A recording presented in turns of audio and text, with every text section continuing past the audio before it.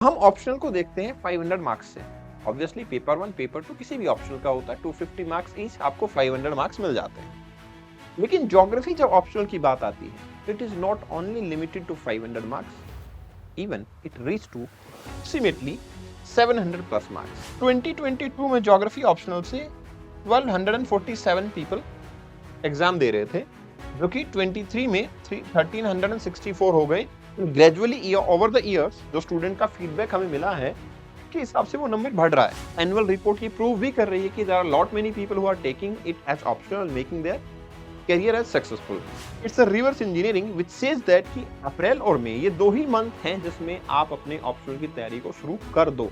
Important thing will be the doubt clearing and the mentorship support. Dedicated doubt resolving हमारे पास sessions होंगे। ये इसलिए भी रखे जाते हैं कि those who are working professionals वो कई बार लाइव सेशन को नहीं देख पाते हैं, और जब लाइव सेशन को वो नहीं देख पाएंगे तो डाउट तो कभी ना कभी पूछना पड़ेगा।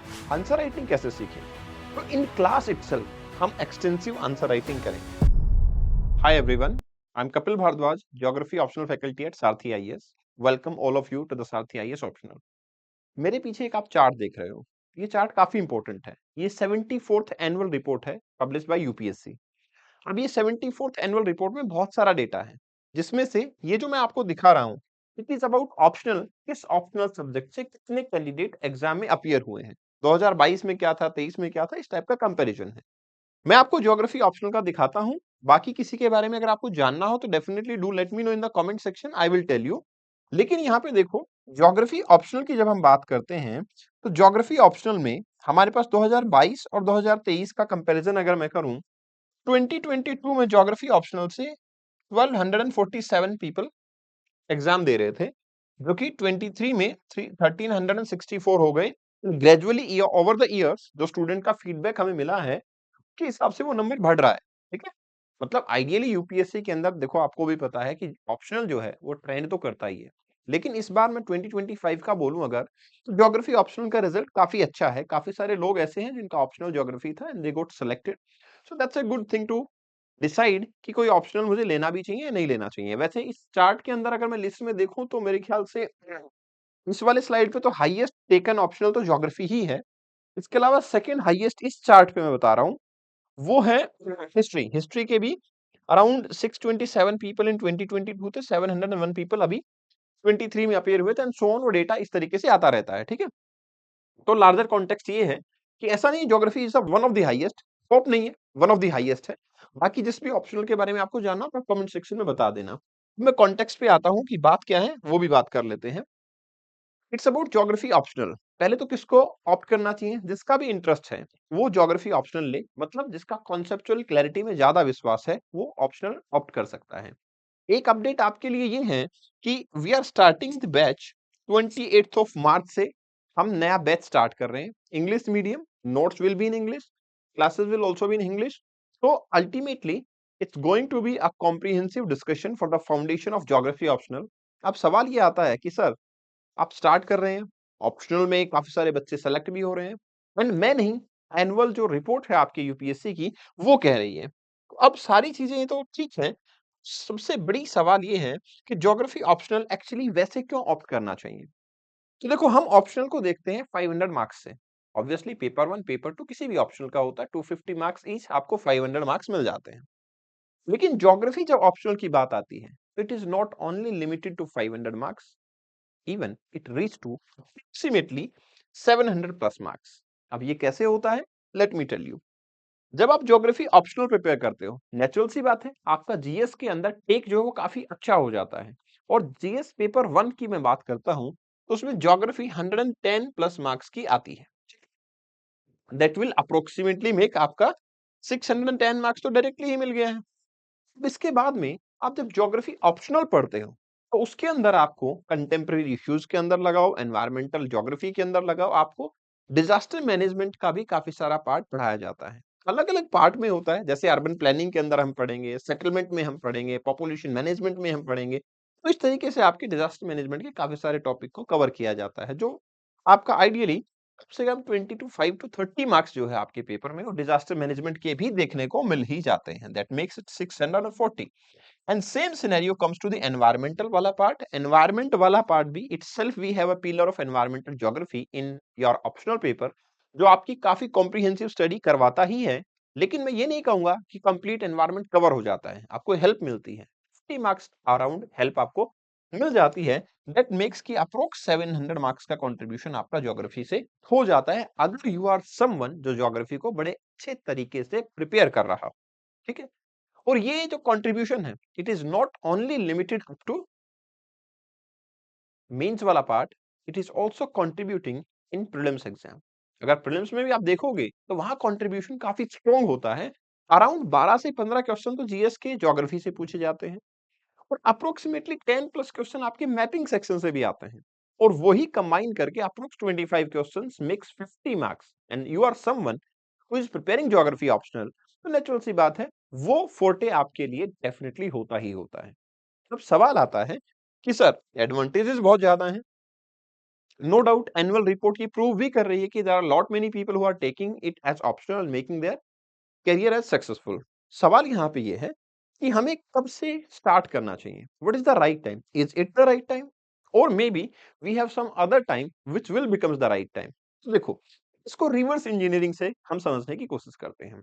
सपोज आप 2027 में अपने एग्जाम में अपियर होने वाले हो, मैं यहाँ लिखता हूँ May 2027 you are going to appear in the exam. मैं देखता हूँ मेरे पास मे 2027 अगर मुझे अपियर करना है तो मेरे पास टाइम कब है, ठीक है, उसके हिसाब से डिसाइड करेंगे। मई 2027 से पीछे आके मैं देखता हूं तो फरवरी में मैं अपने फॉर्म फिलअप कर दूंगा। अब मैं फरवरी में फॉर्म फिलअप करता हूं तो फेब, मार्च और अप्रैल वाला जो मंथ है वो completely dedicated to the prelims exam ही होना चाहिए। इसमें तो कुछ भी मेंस का पढ़ने की एक्चुअली रिकमेंडेशन नहीं है। अगर चाहो तो वो सब्जेक्ट ही रेफर करोगे बेसिकली जो प्री और मेंस दोनों में आ रहे हैं तो ठीक है, लेकिन ऑप्शनल बिल्कुल भी रिकमेंडेड नहीं। ठीक है, और खासकर तब जब आपको कुछ आता ही ना हो तो यहां पढ़ने का कोई मतलब नहीं है। चलिए, अब मैं थोड़ा सा और पीछे आ जाता हूं। तो सर एक ऑप्शनल को कंप्लीट करने के लिए ज्योग्राफी जैसे ऑप्शनल को आपको 5.5 मंथ का टाइम लगने वाला है। हमें वही मंथ आइडेंटिफाई करने हैं कि वो कहां पे सुटेबल रहेंगे मेरे। जब आप 5.5 मंथ का विंडो लेके चल रहे हो तो एक विंडो और लेके चलना है कि जब आप प्रीलिम्स एग्जाम के इमीडिएट बाद में पहुंचोगे तो आपका रिवीजन भी ऑप्शनल का हो चुका हो, ताकि आप अच्छे मार्क्स फेच कर सको।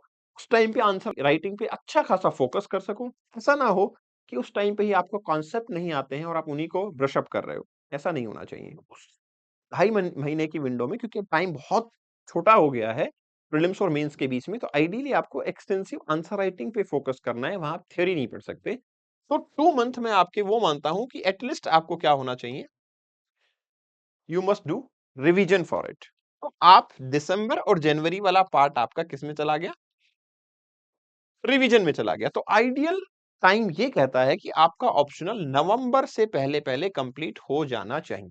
किसी भी सिचुएशन में अगर आप एक अच्छे कैंडिडेट हो जो अच्छे ढंग से प्रिपेयर कर रहे हो, अपनी स्ट्रेटेजी को बड़ा अच्छा बना के चल रहे हो, तो you have to complete your optional. और ज्योग्राफी की अकेली बात नहीं है ये, हर ऑप्शनल का, जो भी ऑप्शनल आपका है, का बाय नवंबर ऑप्शनल पूरा हो जाना चाहिए। अब बाय नवंबर अगर होना चाहिए तो अगर आप अप्रैल से अपनी प्रिपरेशन स्टार्ट कर रहे हो, अप्रैल, मई, जून, जुलाई, अगस्त एंड अल्टीमेटली सितंबर के कुछ दिन आपके यूज हो रहे हैं और आपका ऑप्शनल पूरा हो रहा है, तो मेरे ख्याल से early start is itself half way done. तो ये एक परफेक्ट और पीक टाइम होगा जिसमें आप अपने ऑप्शनल को तैयार करना शुरू कर सकते हो। क्योंकि होगा क्या, जैसे जैसे आप आगे बढ़ोगे आपके मेंस के सब्जेक्ट आते जाएंगे और उसके साथ साथ में आपके जीएस का बर्डन बढ़ता जाएगा। जब वो बढ़ेगा तो फिर आपको आइडियली लगेगा कि ये तो ओवर बर्डन हो रहा है, अब मुझे ऑप्शनल प्रिपेयर करने की विंडो नहीं मिल रही है। और क्योंकि नवंबर से पहले तो किसी भी सिचुएशन में आपका ऑप्शनल पूरा हो जाना चाहिए, आइडियल विंडो यही है कि आपको अप्रैल में अपनी प्रिपरेशन को स्टार्ट करना ही चाहिए। और ये राइट टाइम यूपीएससी का अपना जो कैलेंडर है वो बता रहा है। It's not decided by us, not decided by anybody, it's a reverse engineering which says that कि अप्रैल और मई ये दो ही मंथ हैं जिसमें आप अपने ऑप्शनल की तैयारी को शुरू कर दो। और एक महीना एडवांस करोगे ज्यादा अच्छा रिवीजन कर पाओगे, एंड डेफिनेटली रिवीजन जितना ज्यादा करते हो उतना ही अच्छे आंसर आप लिख पाते हो, उतनी ही टेक्निक्स आप सीख पाते हो और उतना ही अच्छा आपका आउटपुट उस केस में देखने को मिल जाता है। सवाल ये है कि sir, if I am preparing optional with Sarathi IAS, then what I am going to get in geography? सबसे पहली चीज, वेल स्ट्रक्चर्ड आपकी क्लासेस ज्योग्राफी की, very well defined. Geography optional के सिलेबस के according every topic will be comprehensively covered without any doubt. लेकिन उसके बाद सवाल शुरू होता है। सवाल ये है कि मैं रिसोर्सेज क्या रेफर करूंगा? क्या आप मुझे कुछ बुक्स बताएंगे वो मैं रेफर करने वाला हूं? So answer is no, a big no. Actually आपको यहाँ पे नोट्स मिलेंगे, very well structured, topic wise comprehensive notes होंगे, जिनमें आपकी केस स्टडीज इन्वॉल्व होंगी, जहां पे आपका कुछ करंट एग्जांपल्स और जो केस स्टडीज होंगे करंट से वो भी इन्वॉल्व होंगे। इन सब के साथ जब भी हम क्लास को कंडक्ट करेंगे, naturally live classes are there, interactive session it will be, you will be able to ask your doubt, but apart from this, the important thing will be the doubt clearing and the mentorship support, dedicated doubt resolving। हमारे पास sessions होंगे, ये इसलिए भी रखे जाते हैं कि those who are working professionals, वो कई बार लाइव सेशन को नहीं देख पाते हैं। अब जब लाइव सेशन को वो नहीं देख पाएंगे, तो डाउट तो कभी ना कभी पूछना पड़ेगा।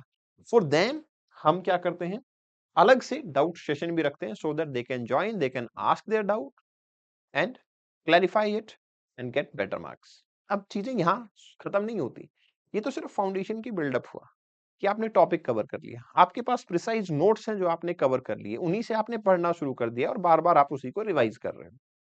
सवाल यहाँ पे दूसरा आता है कि हम आंसर राइटिंग कैसे सीखेंगे? तो इन क्लास इटसेल्फ हम एक्सटेंसिव आंसर राइटिंग करेंगे। How we use to do, जो भी आपका टॉपिक होता है पे आपके पीवाईक्यूज, तो वो तो हम डिस्कस करते ही करते हैं। इसके अलावा प्रैक्टिस क्वेश्चंस भी हम देते हैं इन class itself. I will show you the question. उसके बाद में मैं आपको ये भी दिखाऊंगा कि कैसे अपने आंसर को फ्रेम करना है। मैं आपको खुद भी टाइम दूंगा क्लास में इटसेल्फ लाइव, कि आप अपने आप को टाइम दीजिए और आंसर को लिखने की कोशिश कीजिए, ताकि अपने पॉइंट्स को आप जोल्ट आउट कर सको। तो जब आप एग्जाम में बैठो तो आपको प्रिसाइजली आइडिया हो कि इस क्वेश्चन में इस टेक्निक के साथ मुझे ये डायग्राम्स बना के ये आंसर लिखना है। And this is the best way to prepare your optional. और इसी वजह से मैं कहता हूँ इन सब चीजों को अगर आप अपने अंदर उतारना चाहते हो, तो इट इज बेटर कि थोड़ा सा एडवांस स्टार्ट करो, ताकि आपकी प्रिपरेशन ऑन ट्रैक हो और लास्ट टाइम पे कुछ भी ऐसा हरीनेस ना हो, ऐसा एकदम से बर्डन ना क्रिएट हो कि आप उसमें एंजाइटी फील करो। क्योंकि अल्टीमेटली ये एग्जाम जो है, प्रिपरेशन तो है ही, कॉम्प्रिहेंसिव सिलेबस तो है ही, लेकिन उसके साथ-साथ में आपकी pressure management and time management को बड़े अच्छे से करना बेहद ज़रूरी है। अगर आपने ऐसा नहीं किया, तो it can become blunder for us. See you on 28th in the class itself. Let's start it and we will be rocking in geography optional. Thank you very much and best wishes. We will be meeting in the class very soon. Thanks a lot.